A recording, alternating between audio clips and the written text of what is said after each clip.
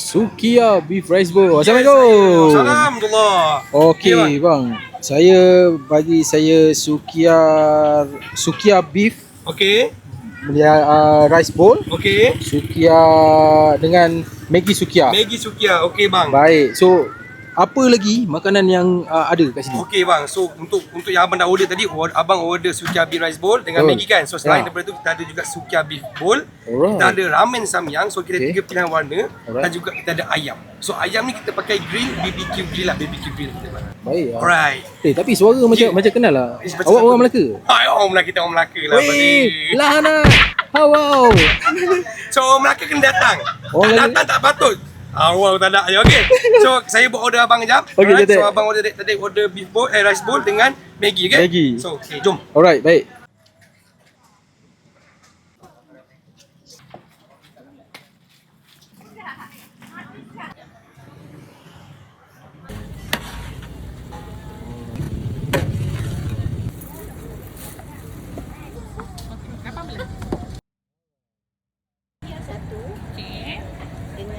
Okey, dah ke? Okey bang, ni bang nasihat bang. Okey, ni satu rice bowl dengan Maggi bang Baik. Okey, jemput rasa bang Alright, baik. Orang Melaka, jangan lupa datang. Betul.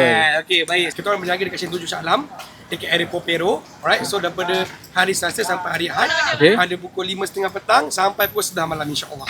Okey, jemput datang, okey guys. Okey. Yang penting orang Melaka guys. Orang Melaka. Baik. Alright, salam.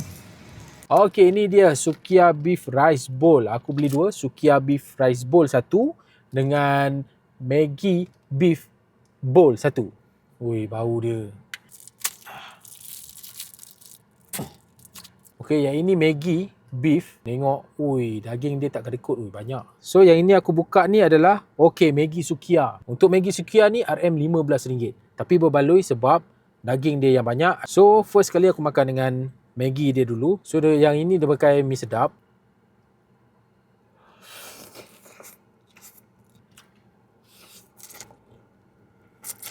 Daging dia lembut sebab dia gunakan Australian beef.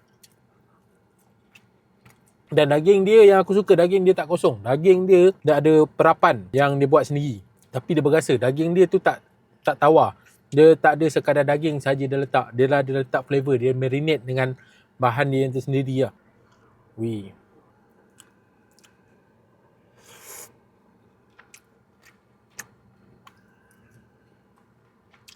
So ni adalah sos yang aku rasa ada mayonis bijan tu yang selalu orang guna untuk Sukiya.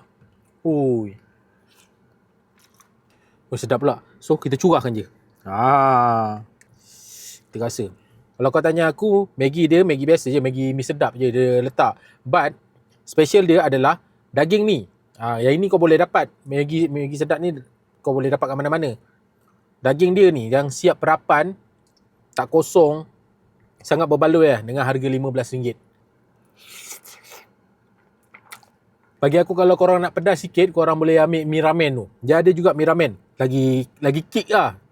Kena pula dengan sos dia ni. Sangat sedap lah. Diorang punya main makanan diorang. Sukiya Beef Rice Bowl. Susah sikit nak cakap. Daging dia lain tau. Banyak daging dia. Puas hati yo. So aku makan daging ni dengan nasi je dulu.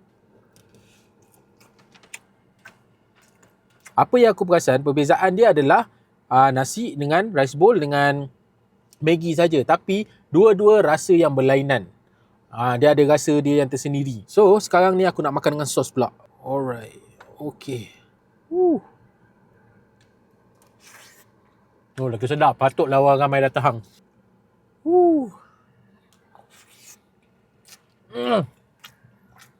Aku dah faham lah kenapa orang beratur ramai. Bolehlah buat sikit benda yang aku suka buat. Daging, letakkan dekat sayur ni. Nah.